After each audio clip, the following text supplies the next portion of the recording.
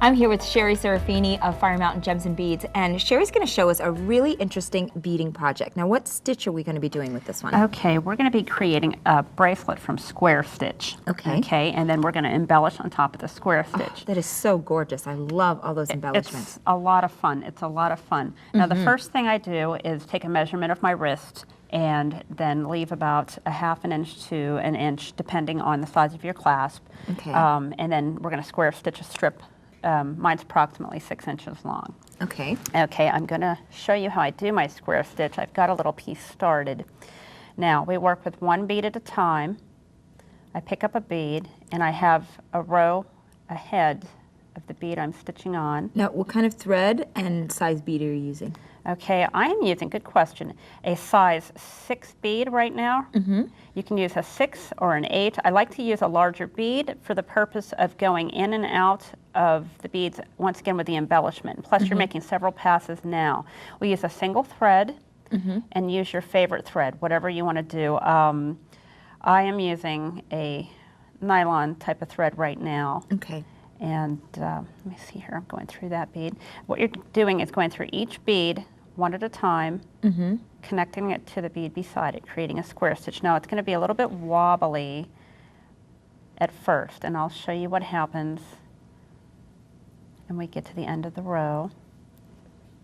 Okay.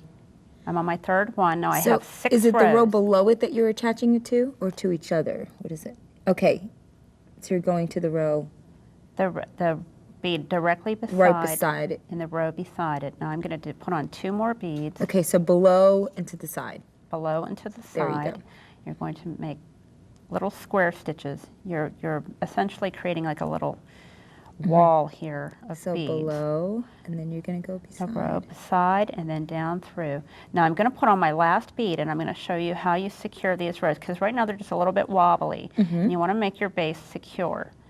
So I'm picking up my last bead, I'm going through the bead directly beside it, pulling it up, and exiting the bead that I just strung on. Okay. Now to secure this row,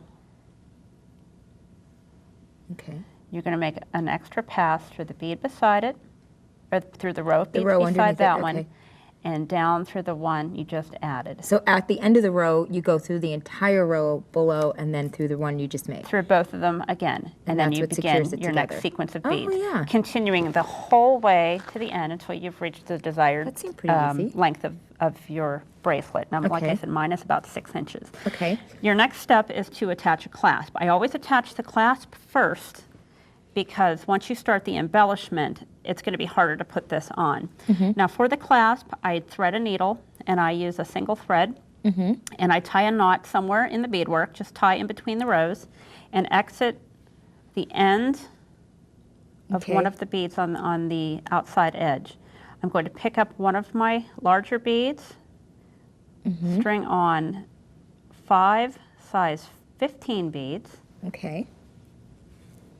part of the clasp, the end loop. I have a 3-hole clasp that I'm using. Oh, okay. So you're Okay. going just right through the clasp. Right through that hole. Ah. So you've got a little embellishment at the end of it. Yes.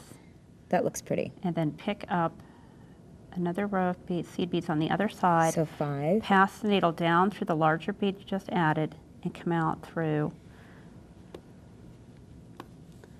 the beads in that row. And now you're going to do this So you just made a loop. 3 times till you get a piece that looks like this. Now what I do is go through those a couple of times to secure, to make sure, because this is going to be holding the weight of your piece. Right. All right? Great. Off to a good start so far. Now comes the fun part. Yeah, embellishment. Okay. Now I've started embellishing on one end so you can see where we're going. I have 3 basic stitches that I like to use. I Okay. use a stop stitch, I call the other one a loop stitch, and then a stack stitch. And now what I do is I choose beads to coordinate with the colors of my base row. Now to do a loop stitch, it's very simple. I would pick up any number of beads. In this case, I'm going to pick up 5. Okay. I'm going to pick up, in this instance, a little drop. Okay. Pick up 5 more beads. And you're working in and out of the base row So you're going through. that you have just square stitched. Now here I have a loop. All right, now the next stitch will be a stack stitch. I'm going to pick up 2 size 11s. Okay. And I'm going to we'll pick up a rondelle in this case. Mm-hmm. I'm going to pull it the whole way down to my base, add a tiny 14, 15. Mm-hmm. And go through that. Go through those, and I have a little stack. Now, the only difference Look at that. in a stacking stitch and a stop stitch is the fact that with a stack, I've added length to this. So I've So got 2 you're building beads. up. So it adds height to it. You can see the different heights. This is what gives you your texture, and that's Right. what makes the piece fun. So you can see right down on this end, you've done a few of them already. Yes. Now, this next stitch is a stop stitch. I'm going to add a crystal and just add a stop bead. So you just alternate between stack and stop stitch? Yes, I just alternate. There's no set plan with this. It's just a matter of having fun, alternating your stitches. I like to vary the heights with the beads and the stacking. Oh, And yeah. that gives the piece also a dimension. So what you do is you continue through this row and just go up and down each and every row the same way we just did right here. Beautiful. And eventually it just builds and builds and builds till you have a finished piece. It's gorgeous. And then to tie off your threads, weave the needle through the back side and tie off a couple of knots. So that's going to keep it nice and sturdy, like That's you going did to keep on it nice along and the sturdy. side. You can see how this has been woven, and it's very tight after it's completely woven. And that's Gorgeous. really simple, but absolutely a blast well, to do. let's take a look at the finished project, and you can see how gorgeous that embellishment is. I mean, it starts off very simple with your square, and then look how much you can build and embellish on the top of it. And what I love is that Sherry's brought with her a bunch of other beautiful designs, different ways that you can use a lot of the same basics that you showed us and just use different materials, correct? Yes.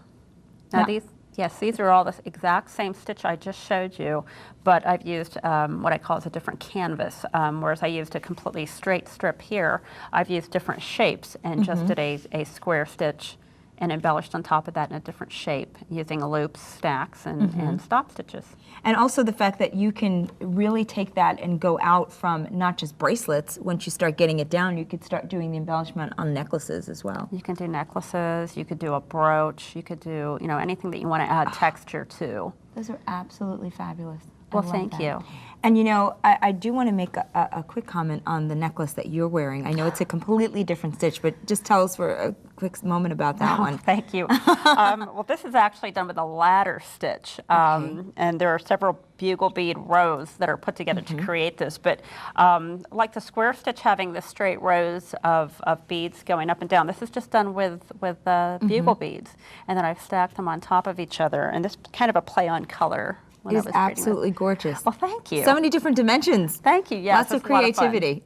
And hopefully you're going to have a lot of fun creating your pieces as well. Thanks, Sherry. Well, we're going to be right back with Katie Hacker.